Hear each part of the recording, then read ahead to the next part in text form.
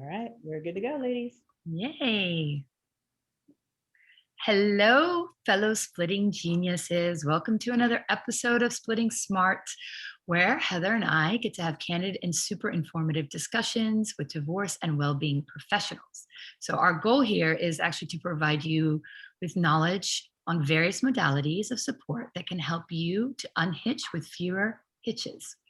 So after all, we know that knowledge is the antidote to fear. And today's conversation is going to be mainly around divorce coaching and how a divorce coach can support you through the difficulty or the difficult times you might be facing, and also help create an optimal divorce experience and help you to create a new chapter in your life. So I am Lila Aiken Ali, a divorcee, a divorce coach, and the founder of Split FYI. And I'm Heather Steer, a divorcee, a CDFA, divorce coach, and the co-founder of Split FYI. And before we introduce our next guest, and since we are live, I wanted to mention that if anyone has any questions, you can go ahead and put them in the chat and interact with us live, and we'll address the questions as we're having this great conversation. And we're excited for anyone that is here and able to join us or is rewatching this. And if you have any questions, you can actually put it in the chat and we'll see those questions later on. And Paulette will also be able to chime in on answers to anything that comes up as well. So enjoy. So without further ado, our next guest is Paulette Rigo, a trauma recovery, career transition, and divorce coach. Paulette has a background in teaching yoga, which is, I believe, helped shape the mindset in which she coaches her clients as well, right? And so Paulette is, to add to that, a mediator, a speaker, a host of a podcast called Thriving in Chaos, which I have been on and I love listening to, and an author. And so she's also experienced her own divorce, an 8.5-year experience of divorce, which I think has probably helped her really empathize with the people that she's helping through. And she has walked that walk for sure. So welcome, Paulette. I am so grateful that you've taken the time to be here. Oh, it's such an honor to be here. I appreciate you inviting me and wanting me to be here. I believe that our story and our expertise of our own personal journey is not something that we should lock in a closet and not help and share with others to prevent them from having negative experiences and regrets, and anything that we can do to help and guide and support others through the journey of anything, particularly divorce.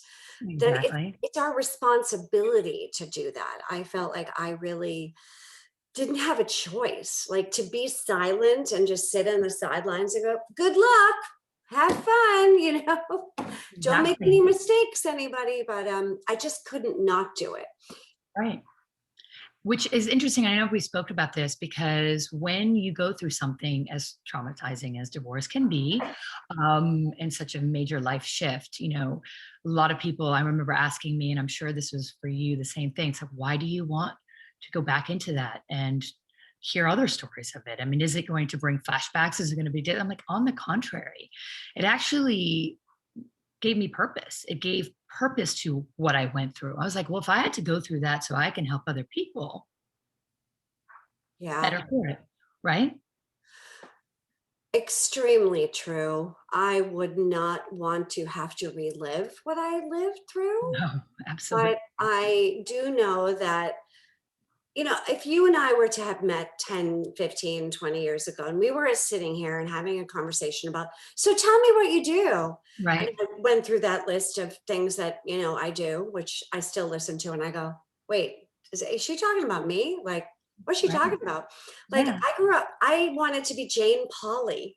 Right. Do you know who Jane Pauley is? Like, she was like the goddess of what the Today Show in the 80s and 90s. And as a little girl, I remember going, I want to be a journalist. I want to be Jane Pauley. I mean, I was like 6, 7, 8 at the time. So it was like, but I went to college for journalism and loved it and worked in media. And then somehow I found myself running a ballet studio that my mother owned with her for 20 years and thinking, Amazing. how did I end up here?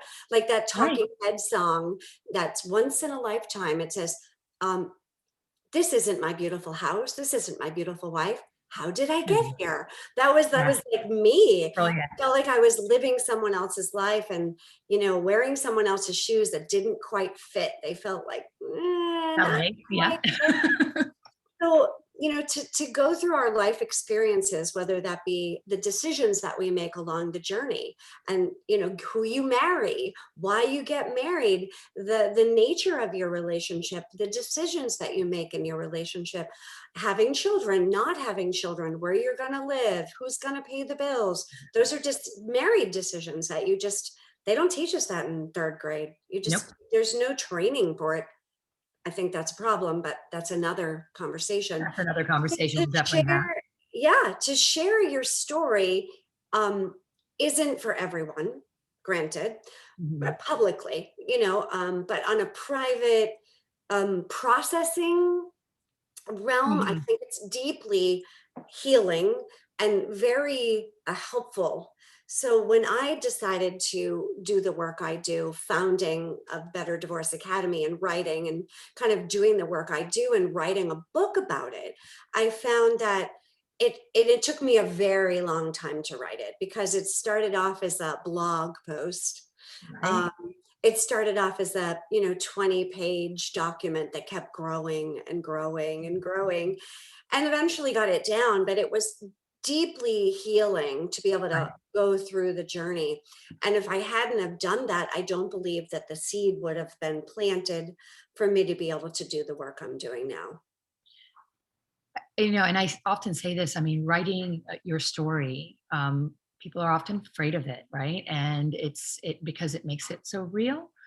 But making it so real and embracing it is actually the best thing you can do, right? It really is an acceptance, because part of the process is accepting, right? It's accepting the situation, is accepting that that is part of your story. It doesn't have to be your entire story. It's not going to be forever your story, but it's a part of it, and it's shaped and helped shape you where you're at. And I really want to dive into, because I love your approach on coaching, and I love what you do with the podcast. I was just listening to your latest one, and not to digress, but I think you interviewed somebody about copy and about how you tell your story and how you get, comfortable enough promoting yourself. And I thought of this like, yes, it is for somebody who's thinking, okay, I'm going to go and become an entrepreneur. I'm going to try to position and reposition myself, maybe after a divorce, maybe not, maybe I just want to get out of the workforce and, pivot my life.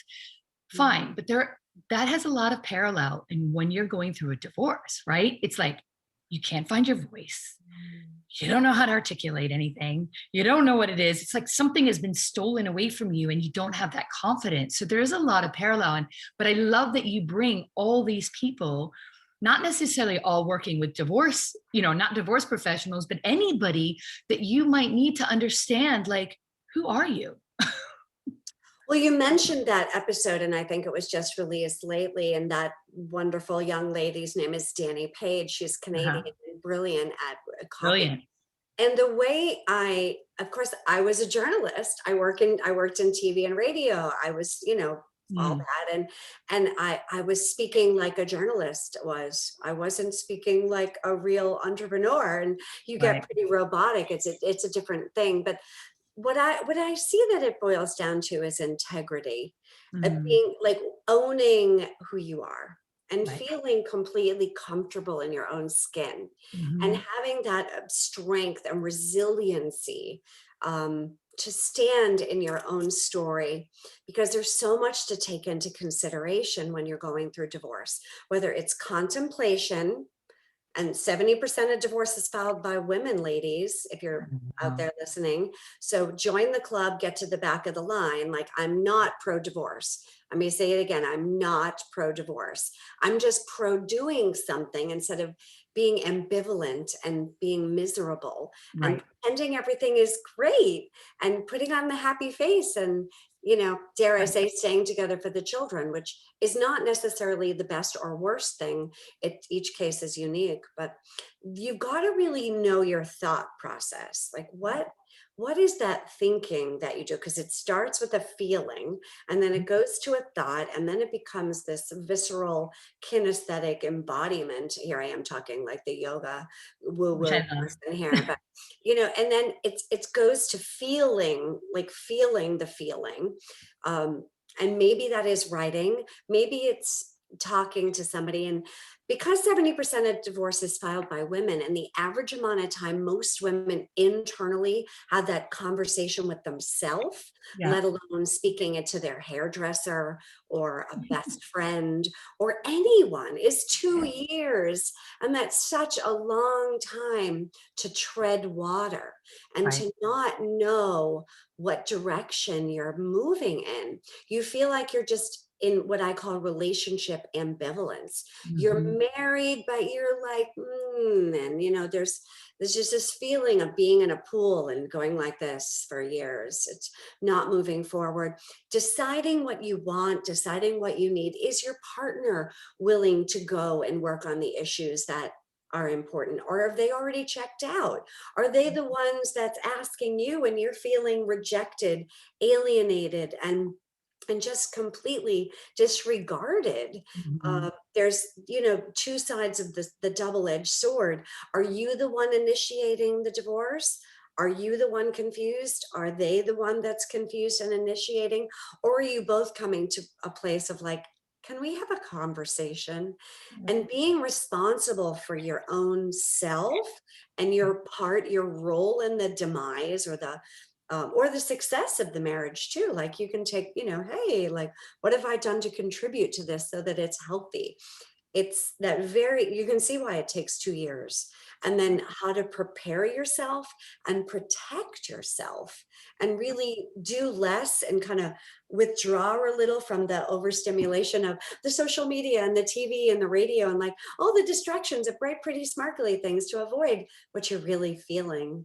And that I'm just talking really fast on purpose to the people keep going faster and faster, the coffee and, staying busy so that you don't have to really think about what's important. I see it. The first thing I do is I get them in my, here's my chair, my socially distanced chair right there, right? I get them over there and I say, let's slow down. Like, where are you? And it's a tough question. The tears, the emotions, the fear, it's a taking, stock, right? And self-study, and yoga, we call it svadhyaya, which means self-analysis or self-study. And that's a scary thought. Like, wait, you want me to study myself? I don't know. That's yuck. I will study anything and everything, but I don't want to study me. Nope. And when you're dealing with high conflict marriages or high conflict personalities, asking anyone to evaluate or study their behavior, their thoughts, their actions, you can sometimes get a little bit of backlash from that. It's not easy. Well, and in fact, and that brings me to like the fear that is in there. So they're ruminating, they're talking it out, they're thinking about it. There's a lot of fear that goes around that. And I think that getting over that fear, because whatever you're going to meet on the other side, it's like, you're never going to know. You can't know what's going to happen, but it's being okay with what's going to happen. And that's what I say. You're not going to end that fear. That fear might still be there, but it's being okay with being prepared to face what will happen eventually, right? Which is a very hard thing to do. And with yoga, going back to what you were saying, which is interesting, is knowing your body. And I remember, I'm not a prolific yoga, but like I've done it in my life. And I know that the challenges and what was interesting was when you see these people who have been doing it for a long time and they go into these positions that you're like, there's no way, I'll break my body, I'll hurt myself, I can't walk tomorrow or whatever. These are fears. They're little fears as opposed to what maybe you're going through in the divorce world, but there are fears that we are putting in our head going, what's the worst can happen? What is the worst that can happen? We will face it. We might not be able to do it. It might be hard. You might not walk for a couple of days because you'll be sore. it's okay, but you can't think that way. And it's like, I remember thinking, like, there's no way I'll be able to bend this way and bend that way. These are, and that's on a micro level, of course. And when you're going through a divorce, like so when you sit them down and you go, okay, let's start thinking about you, which is everybody's like, me? I've been thinking about everybody else. I've been thinking about everything else. I've been deflecting what I'm feeling because I'm talking about it to my friends, or I'm talking about it, how unhappy I am, but it's not really like, I'm not owning it. I'm just talking about it. So now once this has happened and the fear happens, then what? Like, how do you walk people through fear like you would in yoga? The process begins with getting still. Okay. When you are still in body, still in mind, still in breath, or not still as in holding your breath, but even Right. smooth, deep, full, and circular, where your breath is like velvet and it's not like sandpaper or corduroy, it's just smooth. When you're sitting tall and your spine is erect and your eyes and your face are relaxed, and you're able to be mindful of your posture and your body. So yeah, and this isn't a lecture about yoga. I just happen to be an ERYT 500, which just means I've studied a lot of yoga. Don't be impressed with all the letters or numbers. I love it. Yeah, it awakens you to self-awareness. Now, the internal voices that are bubbling up, something's wrong, what's going on here? They're either the partner's veering off and isn't congruent anymore. Like you get that like, something's just not jiving here. The arguments, the fights, or the avoidance, like there's, stonewalling and accusations, defensiveness. There's different techniques, or I hate to say techniques. I'm not a clinical psychologist with the names, but the names that you see associated to like, oh, he's doing this, she's doing that, he's doing this, she's doing that, right? When you start to notice patterns in a relationship that aren't healthy or really supportive, your awareness opens. But maybe the awareness is there, but this hasn't happened yet. Yeah. It's just like the little bit of like the Venetian blind, right? Is peeking a little, like I can see something, but you can't quite identify what it is. That's what it is. So many people approach awareness, or what I call awarefulness. It's not a word, but I made it up. I love that. You're full of awareness, so it's awarefulness. If your awareness begins from the body, start there. If your awareness starts from the breath of like noticing a hiccup, like, when a baby's crying and when you cry and there's that like, that like, I can't get my breath, like that awareness that there's a hesitation in it. Or maybe your awareness knows that, oh, my shoulders are killing me. Yeah. Pains in your body. Or you've gained weight, or you've lost weight, or you're not sleeping, or you're ruminating about whatever. Like can you notice that there's something that needs your attention?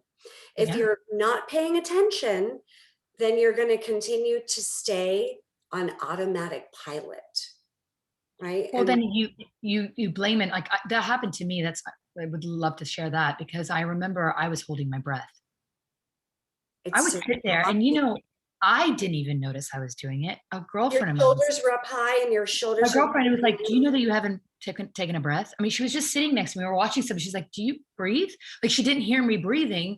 And I was like, oh my God, you're right. I wasn't even aware that I wasn't breathing. Like, that's when I knew something was, and at this point I hadn't had a divorce yet. I was in the relationship, which is interesting. And so that is 100%. And then we start blaming other things. Like, we don't think it is that.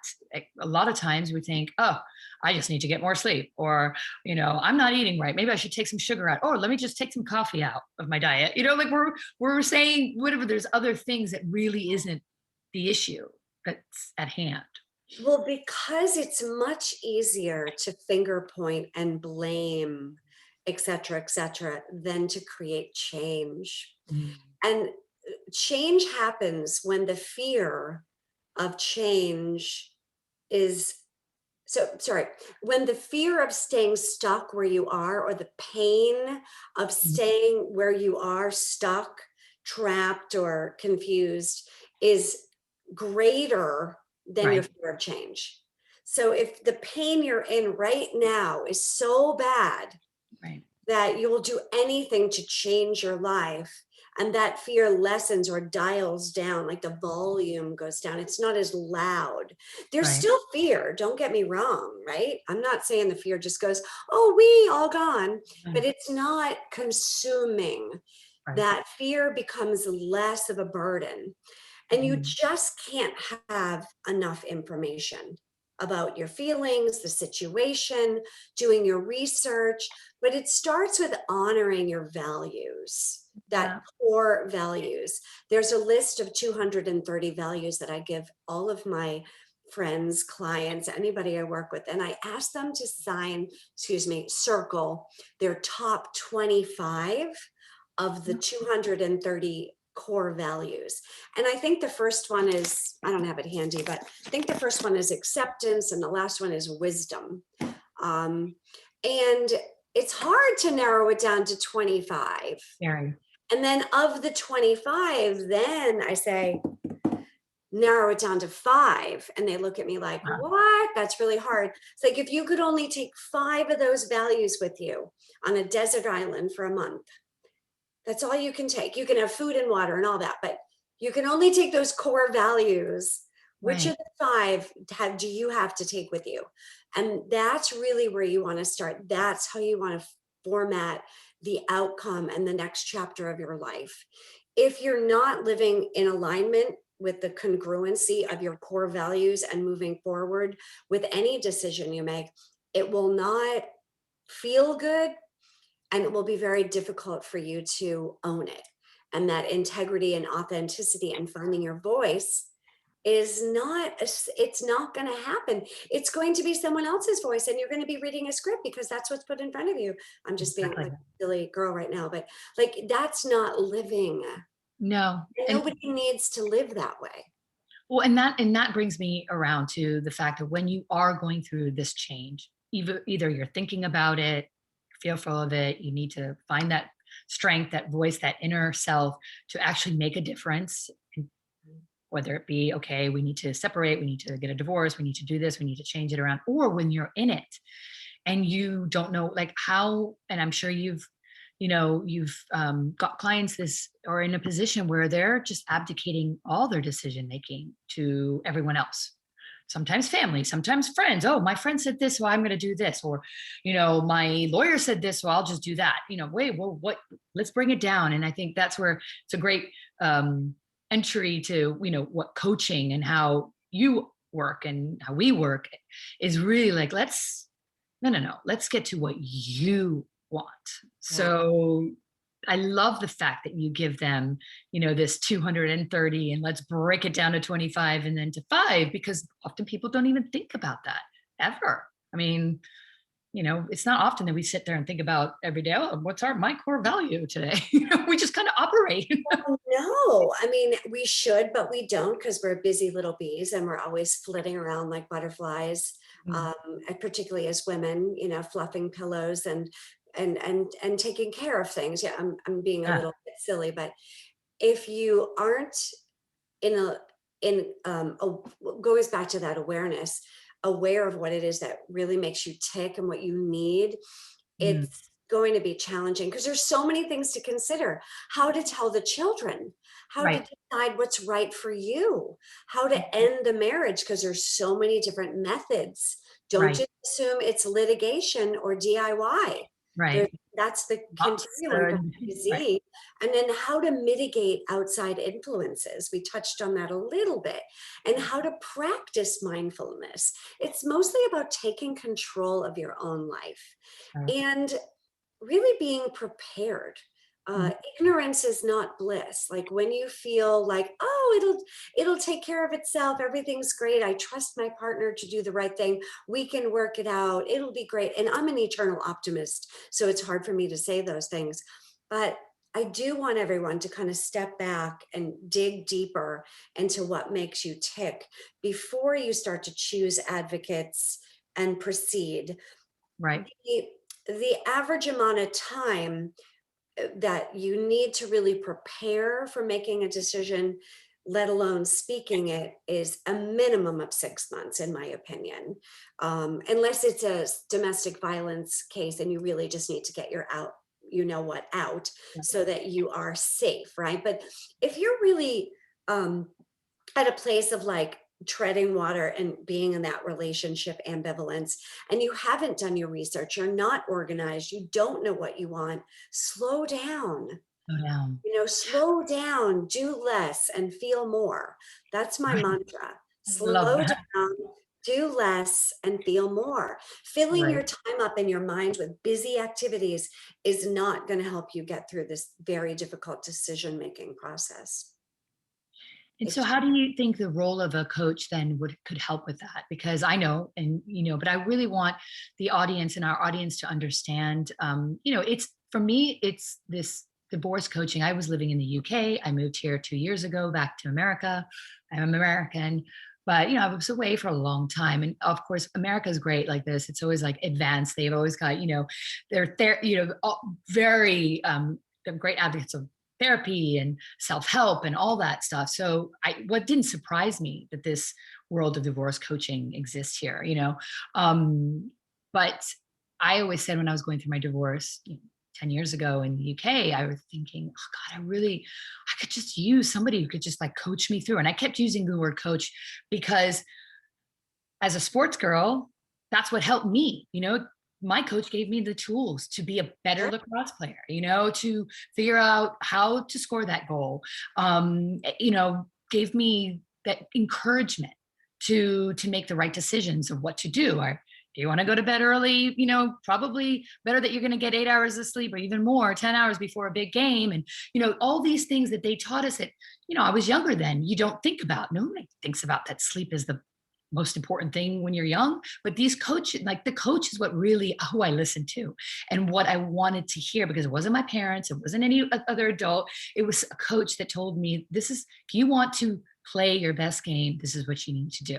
So I was saying the same thing when I was going through mine. I was divorced. I'm like, that's what I need. I don't need somebody to say you're right or this is what you should do. It's like somebody who's encouraging me to figure it out. So tell me a little bit about, and I really want you to talk to you about your programming and your program and why you became a coach as well. Oh my, well, if I had known, or if this existed 14 years ago, Right. the outcome of my divorce would have not been what it is. Mhm. And I'm happy to say that maybe there was a chance that we could have stayed married and saved the marriage. Right. I'm very proud to say that I've saved many marriages that had the nucleus and the foundation of which to be saved. Now, in my opinion, it does take two to tango. Right. If both parties want to make the effort and are willing to come to the plate, the table, call it what you will, and then have those difficult, honest conversations, there is a possibility, and each case is unique in many scenarios, that the marriage can be saved. If it isn't possible, and you've gone that route and you've done the work, you're not going to have any regret. You won't look back and go, we didn't give it enough chance. Right. That's, regret is a terrible thing. Right. But once you make that decision, we're going to move forward. I believe that divorce coaching makes the couple be able to divorce with dignity. Right. And it's very important to be able to stay in control Mm-hmm. and maintain your dignity, to try to stay out of court. I did use the word try, not saying it's possible. I am pro litigation in many cases when it's necessary. As a certified credentialed mediator, I obviously believe in the power of well-conducted mediation. But I also do believe that in certain cases, litigation is your only option. But arbitration, collaboration, and DIYing, and more of an amicable divorce process that I'm a member of, is very effective. But private one-on-one coaching, not that group coaching isn't great too, but it's a little bit different, where you're dealing with a high touch, kind of deeply supportive mentorship based on proven walk through the fire, cheerleading advocate, like when you really have somebody to stand in the fire with you Mhm. and hold your hand and know what it's like because I've walked the walk. Having somebody that's been there in all aspects of the legal, financial, residential, mortgage lending, GAL, co-parenting, Mhm. parenting plan, mental health and wellness Right. aspects of the whole scoop of the journey, Damn it. because Mhm. an attorney really helps you with the law. And if you use your attorney as a therapist, well, I hope you have a few extra bucks laying around. Right. And if you use your therapist for legal advice, that could be a bad experience. We 100%. want to make sure that everyone has their expertise and their lane, right? Mhm. Not that there's not a little crossover. And when I coach, I don't mediate. When I mediate, I don't coach. Although I use my coaching hat when I mediate, and I Sure. use my mediating experience when I coach. Most lawyers, and I love attorneys. They're some of my dearest best friends. So I would name names, but I'm not going to. Um, is they're amazing people. They're super smart. They have a Super. brain that like I don't have. Right. Um, I'm a butterfly. So although my attorney did say, Polly, you'd make one hell of a litigator or someone. Oh, I could see Okay, that. we'll Super see. friendly litigator. Yeah, I don't know. Putting in the courtroom. Butterfly litigator, and then vice versa. Like Mhm. financials are financials. Right. Like they have that mind. The CDFAs, the certified divorce financial analysts, the CPAs, like they get that. And my Yeah. husband's a CDLP, certified divorce lending professional. He gets Right. everything mortgage, everything lending, Amazing. equity buyouts, quit claims. I don't know what that is. I just go talk to him. Exactly. And you've got to be able to have somebody that really gets that. So that is really a unique viewpoint to make sure that there's a high touch Mhm. situation, that there's accountability, because so many people say they're going to do their research and they say they're going to whatever, but there's no accountability, just like a sports coach, right? And also having the tools and the tips and the tricks, dare I say, and the resources and the network of experts that you need at your Rolodex, if we still had that, that circle thing that went around way back. You I need a know. Rolodex, you need a network, a team of like, oh, I have that in my think spot. And that's just my years and years of experience of being in an entrepreneurial role in many different ways of my life, of like running different businesses and saying, I'm not an expert in that, but I know someone that is. I Exactly. know someone that can kick the hell out of that and get you the exact outcome that you need. And I don't know anything about fill in the blank, but I know someone that does. And Exactly. I'm immediately going to find that right, unicorn for your situation that you need. Do you need to start a business? Do you need, so many women lose child support and alimony and they don't know what they're going to do. They have to figure out a plan and they just are like, help. So that's the key, the brilliance divorce coaching. It's a thinking partner. It's that Yeah. mentor, that hand holder, but it's also having the empathy. Mhm. And the empathy is different than sympathy. Yeah. Attorneys can be sympathetic of your situation, Completely. but Completely. and so can therapists, but it's really that sense of like getting it, Understand. knowing what it is that they really want, avoiding all of the pitfalls, um, and why you might be you may be susceptible to Right. falling into that trap, like knowing because of this situation, whether it's a short-term marriage. So my youngest client right now is 19 Wow. and my oldest is 73. And some of them, it's more of the heartache and there's nothing, they're 19, there's nothing to fight about. Like, who Yeah. gets the jeans and the toothpaste? Like, Right. And you've got your whole life ahead of you. I mean, it's like you're going to meet, Mhm. so many But it different doesn't people. make the pain No. any necessarily less. And then somebody that's been married 51 years, Wow. it's a very different uh, uh, scenario Yeah. when you have children, assets, businesses, et cetera, et cetera. Lifetime together. Exactly. The brilliance of divorce coaching is having a best friend, Hmm. a um, a thinking partner, a cheerleader, a mentor, a guide, a supporter, and somebody that can truly give you your next step before you even think you need it. Yeah. To add to that list, and I always say I kind of call myself the divorce doula. And so for people who don't, and I think why I think of that is because when I went through my divorce, I was pregnant, and I know that it's a novelty. Having a baby is a novelty. Well, I am a birth doula. So there you go. And Yeah, that's it. And I could tell, like, with your energy. But it is part of that. It's like you're going into the unknown. So somebody is, terrifying. well, it's terrifying. It's terrifying. And it's also exciting. And it can be exciting. And it's trying to find that excitement in that new world that you're going to create, and that new story that you're going to be writing, and that new chapter, that new whatever you want to call it, whether you're writing it, whether you're telling it, whether you're going to find use for it in your next career, whatever it is, that's the exciting bit too, right? So there are, and to have somebody that you can share that excitement with, I tell you, often I always say to my clients, I'm like, anytime you need to be excited about something, you're excited about something, you text me, celebrate you. Remember to celebrate those little things too, because we get so caught up in that everything is bad, but there's actually not everything is bad.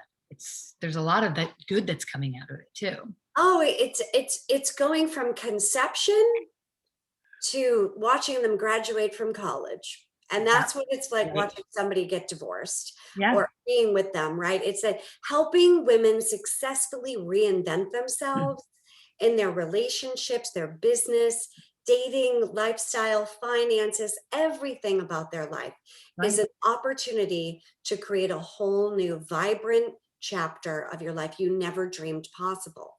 And the other thing that's brilliant that I get giddy about is the community building, is that you don't feel alone.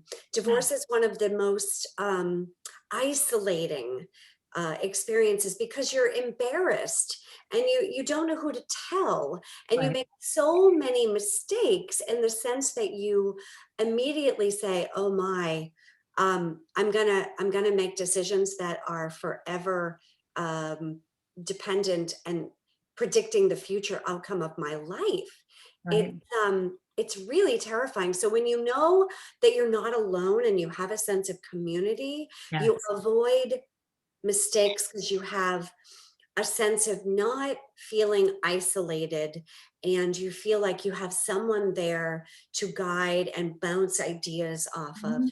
It's Who's really nice objective. to not feel alone. Yeah. Exactly. And well, with that, I actually want to talk before we wrap it up. And I know Heather's out there in the live, checking out if anyone's writing any questions, but I wanted, you do work with men as well. I do. Yes. Yes. In fact, And one of my clients, I just successfully mediated a case. He said, I know this is a crazy question, but I want to do what you do. Can you teach me how to do what you do? this is great. And This is great. Bring it on. I love that. I know. And he's in a pest control business. So who knew? That's amazing. I love, see, but that does inspire that you want to help other people through, especially if you have a successful outcome. Like, well, let's share that wealth. So you work with men as well. And then can you just talk about how people can work with you? Because I know you have a program they can sign up. Yeah. I know you do one and you do mediation. So yeah. Yeah, Better Divorce Academy has everything. The book is called Mhm. Better Divorce Blueprint. It's Mhm. an it's a 300-page book, but it's an easy read. It's not War and Peace. It's all broken down in nice little segments for you. Chapters 1, 2, and 3 are before. Chapters 4, 5, and 6 are during, and chapters 7 and 8 are after. And Better Divorce Academy stands for before, during, and after. Love I that. would have called it Best Divorce Academy, but there's really no best divorce. So I settled for better. And the workbook that accompanies it, it's a companion workbook planner journal, shall we call it. It's 198 pages that have all the prompts. So every single question I ask in the book is corresponding to the workbook. So as you're reading through it, there's a question, I want you to stop and actually answer the question. Right. And if it doesn't apply to you, NA, move on. But Right. it's that going back to that accountability partner, because my calendar's getting really full. And many clients said, you need to reach more people. How do you do that? So I Right. sat down, wrote this 300-page Better Divorce blueprint, and that's what it is, so that you can have everything, all the knowledge in the entire journey from conception to after at your fingertips, and very confidential. It's not the kind of book you probably want to put on the coffee table, but you can have it if you're, living alone and you want to, have a hard copy of it. It will be released very soon on all the book but right now it's digital, so I can send it to anybody digitally. Both the book and the workbook are digital, but they'll be available in hard copy very shortly. Right. And the third part about it, so the book, the companion workbook, but it's an 8-module online course. So for those that learn auditory and visual and don't want to sit and read a book, like some people don't like reading, they really want to be able to hear and feel like I'm there with you through the journey, going through every step of the way. The online course is available to those that want that experience. And you can also refer back to it, and all of the PDFs are downloadable from the prompts in the book. The other part are my my cards, which I just got. I'm really excited. This is the prototype of the no matter what cards. It's a card deck, and you find the card that you shuffle, and just, I like to, and my clients to, Like a tarot. like a tarot card, right? To think of an issue or a problem or a question or something that's really eating at them, and so I just chose the word complete, and then you turn it over, and there's the prompts of the guidance of that. So yeah, so between the cards, the planner, the online course, and the book, and my own passion for being a resource, I have oodles of free downloadable resources. Right. There's a divorce predictor quiz that's free. I do not keep any of the information. It's just completely so that you can say, oh, am I doomed? Or, hey, I think we can work on this. Right. There's plenty resources there. The podcast, of course, is, free resources with Right. experts in so many different realms, everything from business to finance to self-study, wellness, legal, financial, you name it, it's out there. I am a walking, breathing resource for anyone that needs to get through this journey, because I didn't have that tool, that advantage. You've definitely created it. That's amazing. Hi, Heather. I'm on mute. Oh my gosh, what a great conversation, ladies. We definitely had some people out there watching. I was trying to type into our chat on the Facebook Live some of your resources. And so I would love to get your links as well, to put them in there. And then as well as when we save this recording up to our YouTube channel, for our Splitting Smart YouTube channel. But wow, it's you. I mean, I love the work you're doing. It is absolutely what drove, both Lila and me into this kind of work. And, I am a CDFA, so, and then went into the divorce thing. And you nailed it on the head. There just are different resources for different people at different times. And I'm super impressed. I love hearing what other divorce coaches are doing out there, and particularly when they kind of sing Lila and I song as well. Yeah. Well, Beat I our can't wait to beat get of the our cards. drum. Yeah, I can't wait to get the cards. I'd I, love I those. will send you both. Yeah, they're a little thinner than I wanted, and they're too big. I want them 3.5 by 5, and a little bit thicker. I'm doing the box, but yeah, that's Brilliant. Brilliant. Gorgeous. I love to write. I love to create. I love empowering women to really create their whole new chapter of their life. And the more tools that we have and resources and people at your fingertips to be able to get you through it, man, we need that. That's what I needed. And I felt so scared, so alone. And I made a lot of stupid mistakes. And anytime you want to do another Facebook Live to go through those 12 worst mistakes that women make, We definitely should. Let's do it. It's in. I've got a few. I think that would actually be a great life. And it's not just, and humanize it. Like I can talk about the mistakes that I've made, and Lila's had hers, you have yours. Like it's true. And we are out the other side, but it's, it's real. And we learn from them. And all of those PDFs are available on Better Divorce Academy. If you're listening and you need resources now, don't wait. So Better Divorce Academy, they're there and they're all free, and help yourself. Thank you, Paulette. That was amazing. Amazing. Thank you so much. You guys are great. Love meeting you both and getting to know you both. And thank you. Yeah, looking forward to doing more great things together. Anytime, just holler. Just holler. Guys out there, we're going to do another live for sure on, the mistakes, how to avoid the mistakes in divorce. Yes, there's, I have another PDF that's called 15 questions to ask yourself before you ask for a divorce. That's another big one, because the things that you can internally ask yourself before you even go down that road is very helpful. I think so too. Well, everyone, Thank you. Such a pleasure. I'm gonna stop our live stream. My throat, I was like,